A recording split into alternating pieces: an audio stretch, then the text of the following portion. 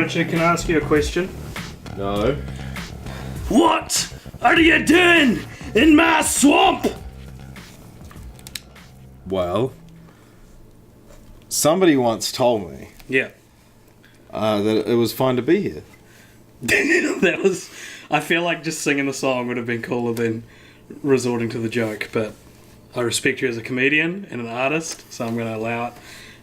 Welcome, everybody, to the Cop Option Podcast, the return of the valiant, the noble steed that is Film Franchise Fortnights, a podcast where myself, AJ, and Richard watch a different film franchise. Not different from each other. No, yeah, the same one. Because that wouldn't work. Usually the same one. Once a fortnight. Does that grammatically make sense? Going back, no. we watch a movie series. Say it in reverse order, and we watch a movie series every 2 weeks, no matter what it is. We randomly select it, and this week we didn't randomly select it. We did the Shrek series. The Shrek. The Shrek. The first one's film, called the Shrek. The second one's one of those sequels that takes the out of the title. Yeah, like Facebook. Facebook 2 was just called Facebook. Yeah. The Facebook 2 was... I was thinking more Transporter 2, but that's probably a better example. So Shrek. Were you saying that yours was a better example? I was saying your one was a better example. Right. Well, they were both playing different games, I think. Do you know what I mean?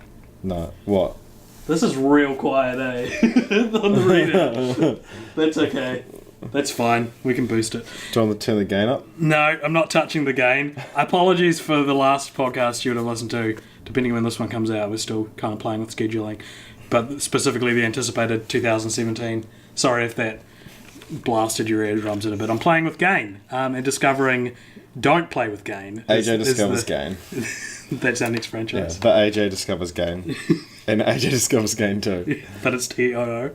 Even that doesn't make sense because it's still the same person in the time. Cool. So the Shrek series consists of 5 films technically, and the first was of course kind of based on a storybook by a guy named William Steig, which I read years and years ago when I think Shrek 2 hadn't even come out. I went to the library because I was like, I'd heard that there was a novelization of the movie and I wanted to find that, so I asked them. Yeah, you just want to consume like every piece of Shrek. Yeah, I was a Shrek fiend, dude. They were like, yeah, we've got Shrek, and they gave me this shitty picture book, and I was like, this isn't the novelization of the movie, but it's called Shrek with an exclamation mark by William Steig. That was adapted. I don't know when that came out. I should have written that down. I like that the gain is so quiet that you yelling Shrek barely registered. The first Shrek film, called Shrek, came out in 2001 and was directed by Andrew Adamson and Vicky Jensen. Mm-hmm. Andrew Adamson being from New Zealand. Oh, Narnia. He also directed Narnia. Which is from New Zealand. Yeah, they're both New Zealand. He's a New Zealander, yep. This was followed in 2004 by Shrek 2, also directed by Aaron Adamson. That was a fat guy from my primary school. Aaron Adamson. Andrew Adamson, Conrad Aaron, if you're listening. and Cowley Asbury. That guy was a dick, man. But he's probably a dick because he was bullied. Like, that's the feeling. Yeah. Shout out to Aaron Adamson. Shrek the Third came out in 2007, directed by Chris Miller, not that Chris Miller, and Raymond Hui. My handwriting is terrible here. Sorry, Raymond, if that's your name. Shrek Forever After came out in 2010, directed by Mike Mitchell. And then Puss in Boots, a spin-off, came out in 2011, directed by Chris Miller. Again, not that Chris Miller. You refer, of course, to Chris Miller of Chris Miller and Phil Lord fame. Yeah, which I guess aren't even... I suppose they're famous as well. I don't know if I'd call them household names, but... No, I wouldn't. The tier under household They're names. doing a Star Wars film. Yeah. Most, I'd say, other than Spielberg and Scorsese, Tarantino, not many directors are household names. That's true. So, in terms of actors, the Shrek franchise actually doesn't star anyone famous. Just kidding. It's got a buttload. Here they are. Mike Myers, Eddie Murphy, Cameron Diaz, Antonio Banderas, John Lithgow. Lithgow? What do you go with? What do you Lithgow with? I go with Lithgow. Okay. John Cleese, Julie Andrews, Jennifer Saunders, Rupert Everett, Justin Timberlake, Eric Idle, John Hamm, Craig Robinson, Jane Lynch, Salma Hayek, Zach Galifianakis. Knackers. Billy Bob Thornton, Amy Sedaris, and cameos including Larry King, Amy Poehler, Ian McShane, Regis Philbin, Maya Rudolph, John Krasinski, and Frank Welker. The series as a whole grossed $3.510 billion. $794,482, making it the 13th highest grossing franchise of all time and the highest animated franchise of all time. Wow. Yeah, and it basically served as a DreamWorks mascot and a cultural touchstone of the noughties, with extended media including short films, a TV series, kind of a Netflix series, comic books, video games, theme park rides, a Broadway musical, and a distasteful internet meme. Yeah. So there is Shrek the Halls and there's a few spin-offs that we're scared Shrekless. They're all on Netflix, and they're on like 20 minutes, so it would have been easy to watch them, but we just don't care enough. No, this is films. They're short films. They don't count. Yeah. Do you want to do? But they don't. We watch the TV films for SpongeBob. Yeah. But interestingly, though, SpongeBob SquarePants, another franchise that adds Antonio Banderas in its second film. That's true. That's very true. I was real proud of that. I've been waiting to say that. And then your response was so lackluster. Wow, you're right, bro. Jiminy Cricket. What's a line in Shrek that they would say to that? Be like... that is a nice fact. I like that fact. That is a nice fact. Before we go into how you would rank the films, what they're rated, and what they mean to us as individuals, we've actually got some guests here, special guests, to tell us what each of the 5 films are about. Ladies and gentlemen, round of applause, whether you're driving to work, whether you're listening to this at work. Oh, hands on the wheel. Start clapping. No, clap with your feet. For the entire cast of various cast members from Shrek, have come to tell us the story of each one. So, Shrek, will you tell us the story of the first Shrek film? Shrek. Sure. A bunch of fairy tale creatures invade my swamp. In order to get it back, You're right. What? You know the story, Shrek. Yeah, you lived through it. Just tell me what happened. It says a cart's a deal. What? A cart's a deal. Cart's a deal. Yeah, like a shopping cart. With Lord Farquaad to save Princess Fiona, but we fall in love. Oh, that's lovely. That's... Yeah. Thanks, Shrek. Shrek 2, Donkey. What is Shrek 2 about? Shrek meets Fiona's parents. Oh, that's awesome. That is so much better than I thought it was going to be. Okay, continue, Donkey. No, that's it. Thanks, Don. He's gone. He meets Fiona's parents and Far, Far Away. I was talking to Donkey before. I was just helping these guys write down their list. And, even though Shrek 2, we'll go into this, but I fucking love Shrek 2. Yeah. To actually write down a plot, that's the biggest thing. Yeah, sure. You can boil it down in one line. That's how you'd pitch it. Yeah. But then, obviously, more happens, but I couldn't even remember it. Shrek the Third. Princess Fiona. Can you tell us what happens in Shrek the Third? She's not even got, a distinguishable voice. My dad, King Harold, falls ill, leaving Shrek in charge for the throne. In order to not be king, he has to find Harold's only heir, Arthur. Great. I think she had a cold. She mentioned before. And to tell us the plot of Shrek Forever After, what do you want to do? Have we got Lord Farquaad here? He's not really in the movie. He's not. He doesn't really know what happens in it. Okay. I called him up earlier before, and he was like, an ogre! Look, it's the 3 little pigs come to tell us what happens in Shrek Forever After. In the midst of a midlife crisis and wanting to be a real ogre again, Shrek accidentally wishes he'd never been born. Born? He'd never been born. And he kinda... and he has to get Fiona to fall in love with him again. Wow, thank you, 3 little pigs. In Puss in Boots, tell us what happens in Puss in Boots. Puss and Humpty go on an epic quest to find magic beans to save their village. It's weird that Puss in Boots is the worst one that you can do. I feel like that'd be the easiest one. Puss in Boots. Thank you, cast of Shrek, various cast members. Imagine if I'd made you do... I feel like I could do better at Puss. Let's just see if it comes up. Okay. I feel like I could have been a bit meaner there and made you do Gingerbread Man and Pinocchio and have to distinguish your impersonation between the two of them. Anyway, in terms of Gingerbread Man, in terms of general consensus, which ones are good, which ones are bad? First of all, Richard, I was about to call you Shrek. That's hilarious. A Shrekian slip, if you will. Which when would you say say? one thing but mean an ogre. Can you rank your from Shrek to Puss in Boots? How would you rank them? This is from first to last. Okay. Favorite to least favorite. I'd go. Ugh. 1 and 2 probably equal. Okay. So I'd be like, say 1, 2. I go almost even go 2, 1, 4, 3. Well, 4 plus 3. I agree. Yeah. I agree wholeheartedly. And the ratings almost agree with us. So, interestingly, both Shrek and Shrek 2 have 88% on Rotten Tomatoes. That's, of course, the... Do we want to do audience scores? I feel like they don't matter as much. Well, I feel like it only matters if there's a massive discrepancy. There is. Because you get films that critics hated but audiences loved. Yeah, okay. So Shrek had a critic score of 88, so did Shrek 2. Shrek has an audience score of 90, Shrek 2 has an audience score of 69. See, that surprises me. Which is wrong. The audience is wrong. The audience are wrong. That's interesting that the audience is wrong in this case. Shrek the Third has 41% critic score and a 52% audience score.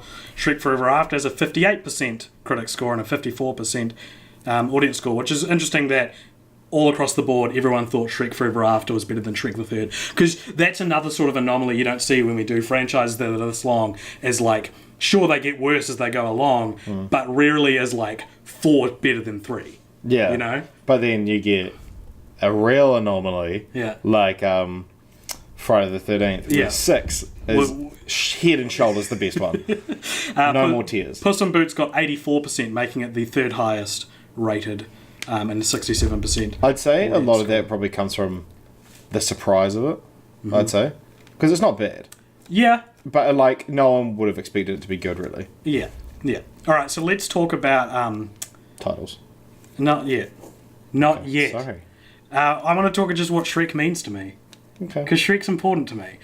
So I briefly mentioned the internet meme before. You may have seen it a few years ago. There was this big meme going around that was like, Shrek is love, Shrek is life, and Shrek was like portrayed as like a rapist in these like copy pastas. It was awful because Shrek's important. Shrek is so much better than like a shitty meme. They're called brogers, by the way, I found out. People who like want to have sex with Shrek are called brogers. I thought you mean like in the film. No, they're not ogres. They're just called brogers. You can't just throw that in here. First of all, what do you mean? Second of all, why are you talking about it now? Brogers are like bronies, but for Shrek, they want to have sex with Shrek. Not a lot of females then. I'd assume not. Okay. Shrek's important to me. I saw Shrek with my mum in 2001. Yeah, I saw it with my grandma. Oh, that's awesome. Is she still with us? No, she's not. Oh, then it's even more special. I was 7 or 8, and I remember being like, hey mum, there's this movie called Shrek, I really want to see it. And like going into that, I remember like going to Pack and Save beforehand to get lollies, and like just thinking that I was about to walk into such a iconic movie is such a special memory for me. And like we left the theatre and we were both like, that was really good. I made it a point to go to every Shrek movie with my mum, at least. Like, there are other people, but I tried to make sure I went with my mum. And yeah, I love Shrek, man. I want to have sex with Shrek. Shrek was the first movie I ever pirated. Well, had a pirated copy of. Yeah. And I would have watched that movie as an 7 or 8 year old with a pirated copy of Shrek. I would have watched that movie 200 times. And I remember when the DVD or the videotape came out and they were like Shrek's karaoke dance parties at the end of it, we went to the video shop for like our weekend movie and I got out Shrek, even though I'd seen it by that point 200 times because I wanted to watch the karaoke dance party at the end. So it's weird for me, like Shrek, because obviously I saw in 2001 when it came out, but having that clear of a memory of seeing a film at that time. This is 16 years ago, and I still really clearly remember what parts they laughed at, what parts only like the older people laughed at, and me not getting it now. Yeah. But another funny story about talking about having a pirated copy is for Christmas that year, all I wanted was Shrek on VHS. Yeah. And so like every weekend leading up to Christmas, we'd like me and my sister would be like, we want to watch Shrek. Can we go to the video store and get it out? Can we?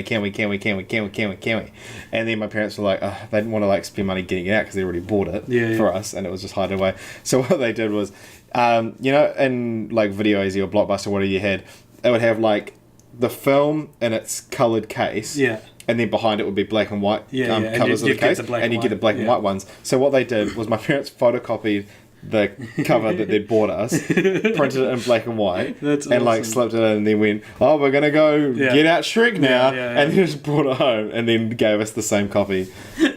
That's awesome, man. Do you have a favourite line from Shrek? I'm kind of digging myself a hole here because I don't have one prepared. Well, I hadn't thought about. I obviously think about Shrek every day, but then I hadn't actually thought deeply about the movie for years until I was working when I went to the warehouse. There's this guy there, and just one night we just started quoting Shrek, and there's like obviously the quotes you always quote, but then he said to me that his favourite line was when Shrek's like, "No donkey, what am I?" And he's like, retard. That's stuck with me ever since, because it's like if you'd asked me to quote the entire movie, I would never have said that line up until that point, but now it gets me every time. Totally, man. I don't know if I have a favourite line. I quite like "What are you doing in my swamp?" just because of how funny it is to yell at people. Also the boulder line is good. Oh yeah, that is a nice boulder. And the parfait line. Yeah, everybody loves parfait. Everybody loves the parfait line. You ever go to say to someone, you want a parfait? They're like, no, I don't like no parfaits. Parfaits are delicious. Like, I can never like remember that in its full. Yeah, I love that Donkey is the most anachronistic character. Yeah, like he seems to exist outside of time. Yeah. As he's like the genie from Aladdin because he can sing songs that haven't been invented yet. Yeah. Shrek 2. Let's talk about Shrek 2, Richard. Okay. Which I've wanted to do almost every day for years now. Shrek 2 is a great sequel. It is. I would say Shrek 2 is my favourite.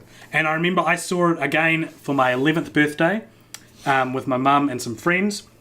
And my dad and brother as well. But anyway. My friends. And I remember being like, Shrek 2 is better than the first one.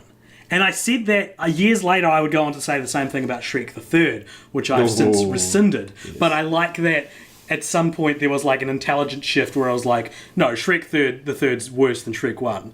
But Shrek 2 is still the best. I still like Shrek 2 the most. Shrek 2 is the first movie I remember hearing was 90 minutes long and getting like it's a weird sort of milestone in my life, but like understanding that animated movies are 90 minutes, like that sort of thing. Yeah, I remember.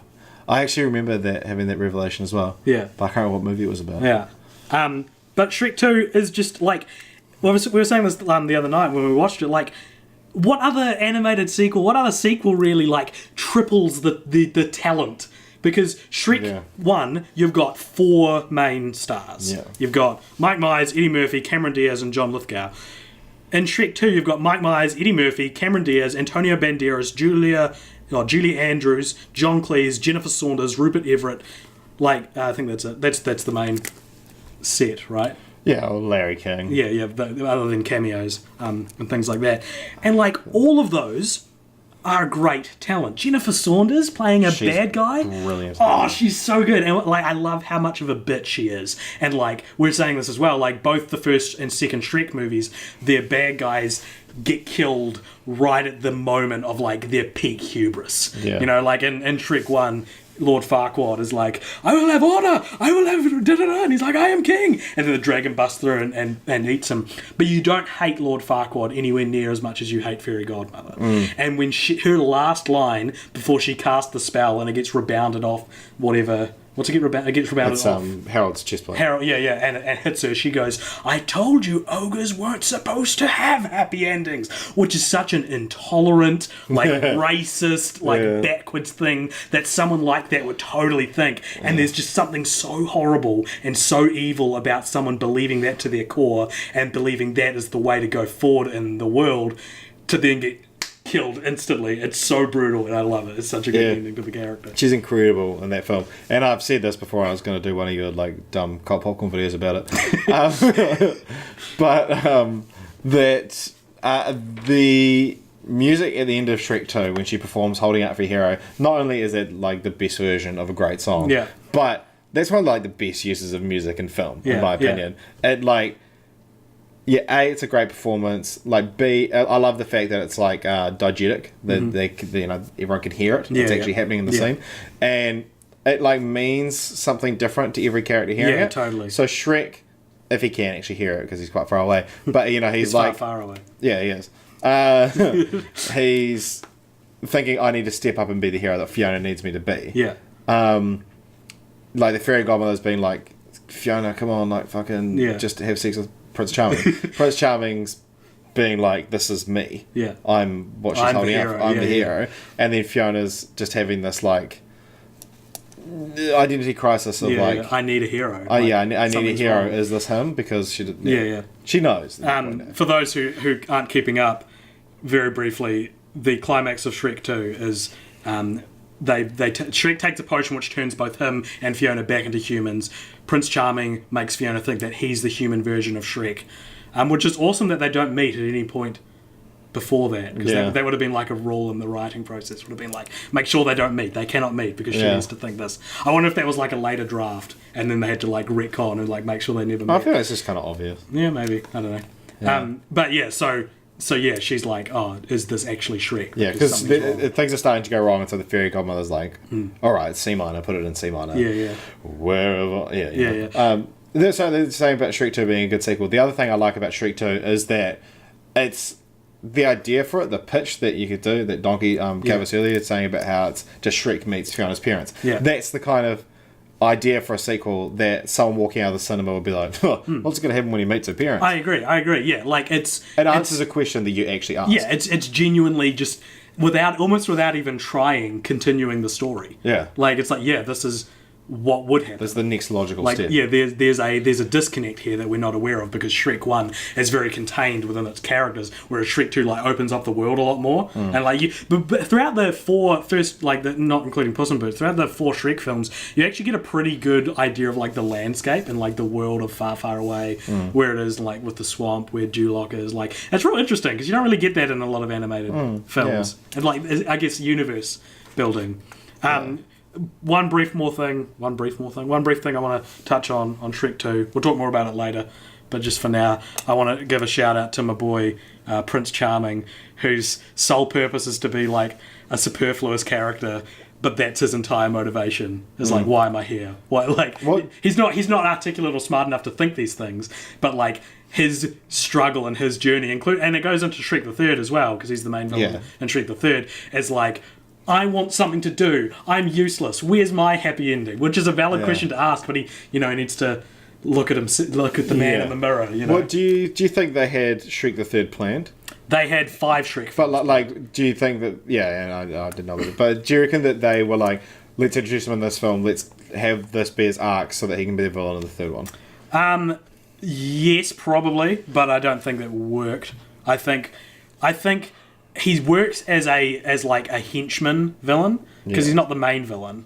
Fairy Godmother's the main villain, and then promoting him to main villain, it's almost just like, I would rather see like someone else. I'd rather see someone new as the villain. I like the idea of a villain per episode, but then I guess I could argue as well it's cool that they're using what they have instead of just bringing in other elements for no reason.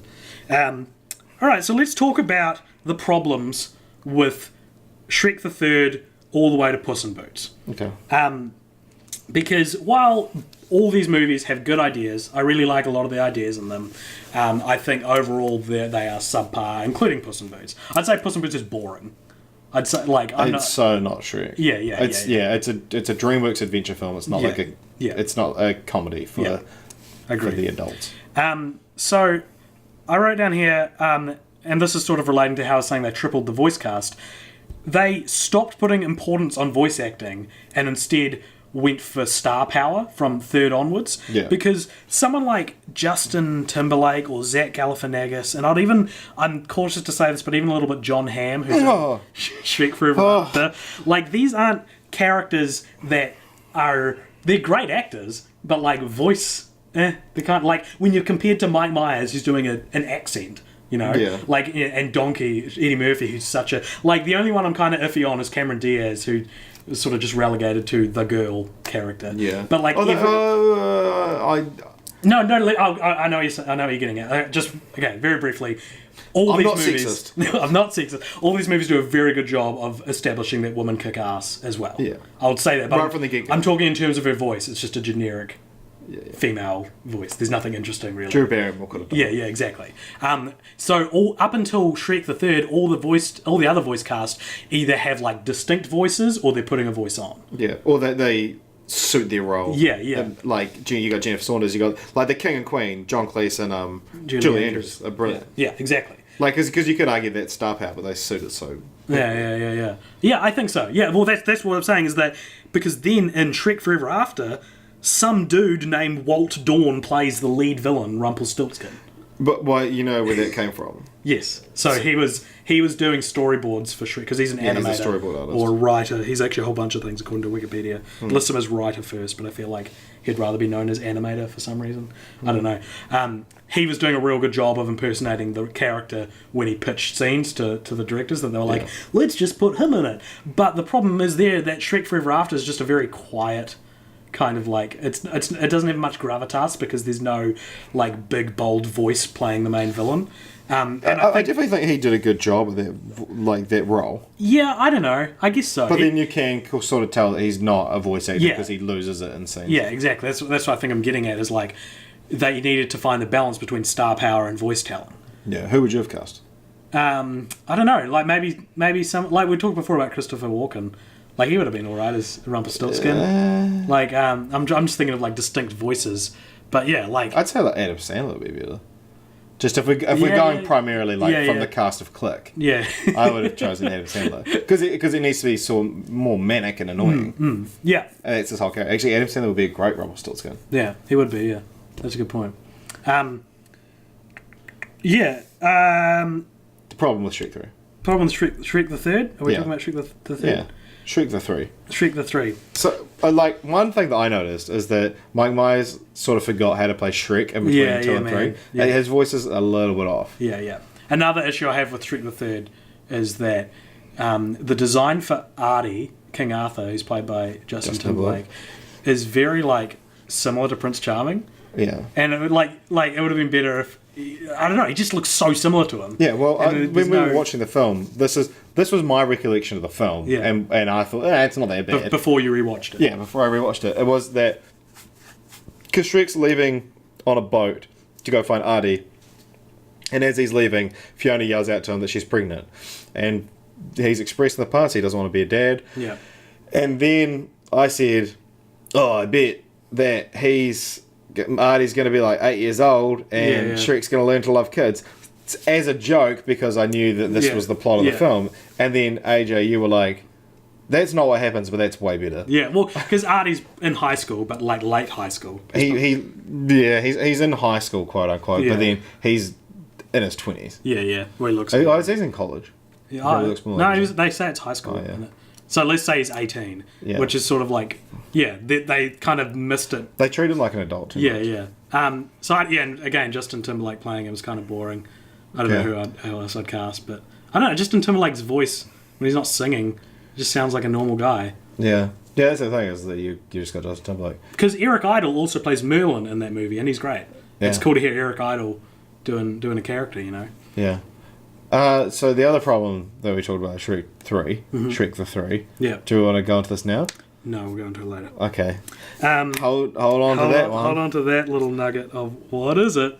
What are they talking about? First of all, I'm going to race through just one big problem with Shrek Forever After. So that if they play the whole alternate universe storyline, the whole It's a Wonderful Life kind of thing, what would the world be like if I wasn't born?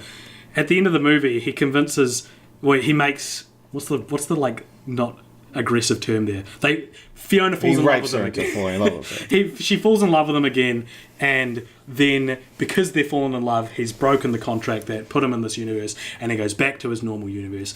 But then, like, all the people from this universe you see them vanishing, and it looks painful. Like, it doesn't look like they're just fading away, accepting that their reality was never meant to exist. Like they scream as they disappear. Well, because he makes everything good in that universe, and then destroys it. Yeah, because like Fiona's life is almost better. Like, she's more empowered. It depends what Fiona really wants. Yeah, because which is another thing that you need to establish that more. Okay, is that like. They're having this big argument about how he wants to be a real ogre. You need to establish more that this is all Fiona's ever wanted. Yeah. If she'd come from that in her argument, because then we see her later on as the leader of this tribe. Yeah, in the other dimension. In the alternate dimension when Shrek was never born. Yeah. She's leading this rebellion of ogres, and she's like this kick-ass female ogre who's like in control of everything and everyone. And it's like. The Fiona we know that loves to kick ass, that's probably what she'd prefer. Yeah, almost. You don't know. And that's the problem. That's the problem they don't establish. And Puss in Boots struggles a lot with identity. It's a syndrome I've mentioned on the podcast before. Space Jam syndrome, where there's a whole bunch of elements smushed into one idea. The second SpongeBob movie sort of was like this as well. Because Puss in Boots wants to be both a Spanish adventure and still maintain like the fairy tale elements, but the fairy tale elements just stand out because it's like, why are they here? Why is Humpty Dumpty a main character in Spain? Like, and that's like another a production goof, I guess. That I noticed is that like Humpty Dumpty has arms and legs, but he's an egg. He's a face and stuff. He can talk. Well, that's the okay. Are you making a joke? I can't tell. No, like. Eggs can't do that, AJ. Well, that's actually a fair enough point, because what I was going to say was like, if you had no knowledge of Humpty Dumpty, and then Puss in Boots starts, you'd be like, what the hell is there a talking egg? Why are the horses trying to put them back together? Why is there an egg as a main? You'd be so confused, because when we're in Spain now, we're not in medieval times. We're in Spain, and they do a Jack and the Beanstalk story again. It's sort of like the flavours are mixed and they don't quite work. Would you have made it less fairy tale? I think so. I think that's the easier way to go. Right. Make it almost no fairy tale other than Puss in Boots. I remember when I didn't look this up to confirm it, but I remember when it was announced that they were doing a Puss in Boots spin-off, it was between Shrek 2 and 3. Was it? Yeah. And it was going to be Puss in Boots Ogre Killer or something like that. That's right. Yeah, and like I also remember thinking, they should just do the actual Puss in Boots fairy tale. Yeah. But they don't, and they settle for this kind of in between, and it's real weird because and like it feels also like where the Puss in Boots story is set in Spain is like 300 years ahead of where the Shrek stories are set in like medieval Britain. The Puss in Boots kind of needs a sequel, I think. Yeah, wow. Because throughout the whole film, there's like this love interest, and I was like, something horrible is going to have to happen to her because she's not in the Shrek movies and she's never mentioned. And then they run off into the sunset together. So it needs a sequel to there's a Netflix show, but I don't know if she's in it or not. True, or if she dies in it, because she has to. Okay, so now we're going to move on to a little section called Continue the Franchise, where we try to come up with a sequel to the franchise we're studying. Studying? That feels too formal. Yeah, no, we're having fun. Yeah, we're having fun. This is a franchise fun we're having fun podcast. But most of the time. So first of all, you might know this, you might not. A fifth Shrek film has been announced. Eddie Murphy confirmed last year that a script is finished, and we'd expect to see it in 2019 or 2020. And Puss in Boots 2, 9 Lives and 40 Thieves has been in development hell since 2012, and they've said that it will show Puss adventuring to exotic places and possibly meeting Shrek. I was really surprised seeing that. He said because I did a surprised face. And I've written down here, though, is the age of Shrek over? Because Shrek, the humour in Shrek, the actors in Shrek are all has-beens, everything about it is like... Like Mike Myers was a good cast in 2001, but you wouldn't hire Mike. No, exactly. So what do they... I don't think we need another Shrek. Which is controversial opinion time, and even another Puss in Boots kind of fits being like a lone spin-off. I feel you mentioned that what happens to Kitty Softpaws, but I don't really care. I don't want another movie that will feel like when you have movies out now like the Lego Movie and the Emoji Movie and all these very self-aware, very the sense of humour of the world's in a different place from where the Shrek movies were at. And I like them being like stuck in the noughties as like this very specific type of animated comedy that Madagascar and things like movies like that kind of fall into as well. Yeah. But that being said, the only idea I did have to continue the franchise was called Once Upon a Shrek, which I got from an IMDb forum like years and years ago, and I basically just like the title and like the idea of making it a prequel. Right. Also, like, it was ogre days. Yeah. But I thought maybe, like, this is me desperately. I don't think this is a good idea, but this was the idea I came up with. As, like, follow all the characters before they meet each other, maybe.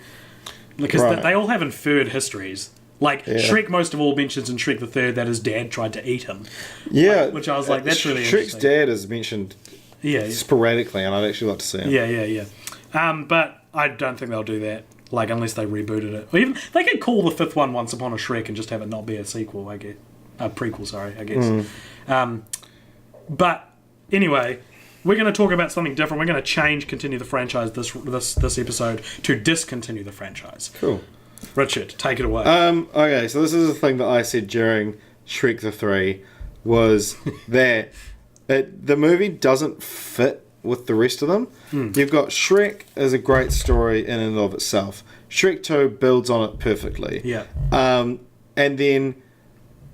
So, okay, Shrek 1, we meet the character. Shrek 2, you put him in an unfamiliar situation, even though he's already in one. And the first one, like, he meets the parents. And then the third one, great idea for it would be he wishes that the first film never happened, effectively. Yeah. And we get this Godfather trilogy of things. But then they throw in the third one, which doesn't really fit. And then by the time we get to the fourth one, it seems like they've forgotten about it. Yeah. Artie's not in it. He leaves the third one in prime position to be in it again. Yeah. He wasn't a cameo that was deleted, apparently, according to like the who's the those tables on Wikipedia that's like the cast members who are in each film. Yeah. Here's what I was thinking based on that idea, because I think it's a great idea. Yeah. Like, we need to nix Shrek the Third, because the only thing that's really you need to see to understand is, well, there's two things. One is that they have kids, which could just happen off screen. Yeah, or even chuck at the end of Shrek 2. Yeah, and the other is that King Harold dies in Shrek 3, which, again, could just happen off screen. Yeah. Well, because neither of the parents are really in the fourth one. Yeah. So they're just not a part of the third story. Easy. Yeah. So, here's what I was thinking. If Shrek 1 is a story about learning to love someone else. Yeah. Shrek 2 is a story about learning to love yourself. Yeah. Because he's like, I've wanted to be who I am, but maybe I don't. Maybe I want to be human. Maybe I'm not right. Shrek Forever After is learning to love who you've become. Yeah. Right? So that's beautiful. Yeah. Like, that's a great idea for a trilogy. Well, there's the thing, is that Shrek 1, 2, and 4 all deal with stuff that you can deal with it. It's the first, second, and fourth ones are all about being different. I'm going to say being an ogre, but it could just be being different, right? Like being black. Yeah, sure. Yeah, kind of. Yeah. Or being a woman. Yeah. It's about being, like, the problem that Shrek deals with in Shrek the Third is hardly an ogre-centered problem. Yeah, it's, no, I don't want to be king. I hate all these riches and having people follow me around all the time. I don't want to be a dad, is another, like, struggle he has in it, which isn't a distinctly ogre-ish struggle to have. It's and also he does... a fun thing for kids to learn. Yeah. No, like, I legitimately mean that. It's not like... Kids aren't sympathizing with it, whereas they can.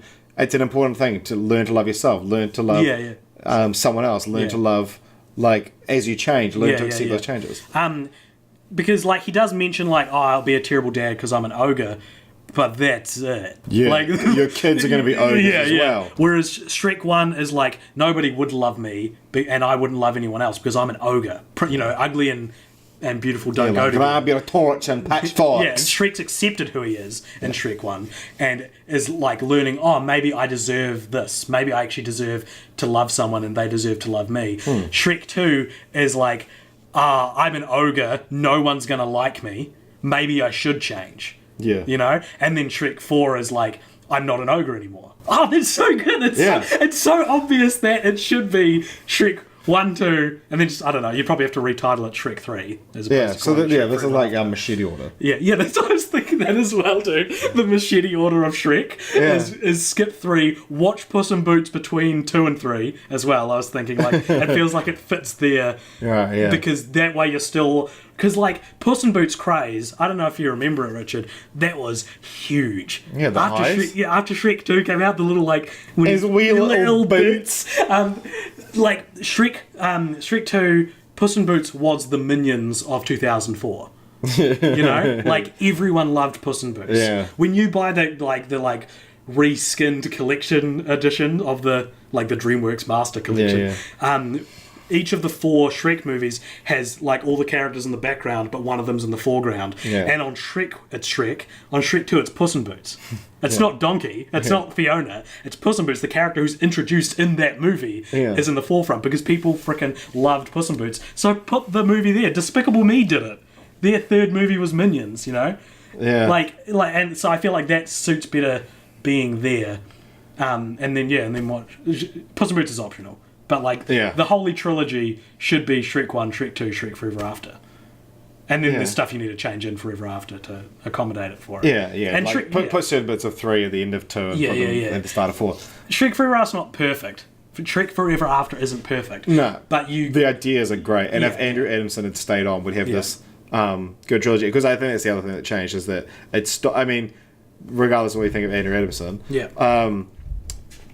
trilogies I always find it always better when it's one director's voice throughout the whole thing. And I mean, he executive produced all of them, including Puss in Boots. Yeah. So, you know, he should have... Yeah. Shrek, we could have a great Shrek trilogy. Yeah, we could. And we don't. And now they're making a 5th one anyway, so all of this would be in back because they'd be making... What would you make the 5th one about? I said before, like if it comes out prequel, now. Comes out but now. I don't know. Like, I can't think of a story because it's just, I don't care. Like, we're over it. Yeah, we're ogre it. We're ogre it. It's all ogre now. Yeah, Shrek is the best series of movies to balance the adult and humour. Yeah, man. Yeah, I remember, like, when he's like, well, I have to save my ass in the first movie. I remember as a kid not knowing that ass meant donkey and just think he just, like, dropped a mad swear word, like, in the middle of the movie. A mad cuss. Yeah. Like, he'd just been, like, awful. So, yeah, I think that, I've lost my train of thought. Shrek Forever After Shrek 2. Train of thought coming through. No, it's Hop left on. the station. Okay. It's left the station. It was a good one, too. It was about Shrek Forever After, I think, but I can't remember. Oh, well. Do you have anything else to say? I feel like we haven't talked about All-Star. All-Star. Which is a huge... Well, I'd say is borderline a meme now. Borderline?